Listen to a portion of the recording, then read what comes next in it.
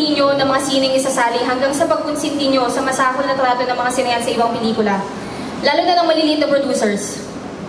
Para sa isang die-hard movie fan na gaya ko, hindi ko na halos makilala ang film festival na dati kong hinangaan at nirespeto.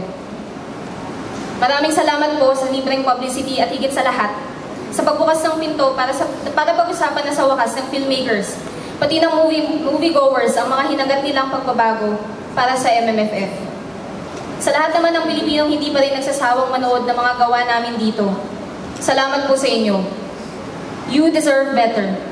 Kaya tulungan niyo naman ho kami. Demand for better films. Demand for more choices in the cinemas.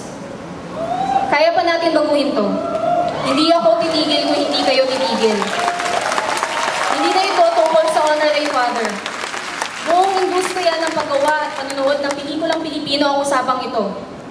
Kaya salamat na rin sa inyo, MMFF. Binuhay niyo ang pag-asa ko para sa pagbabago.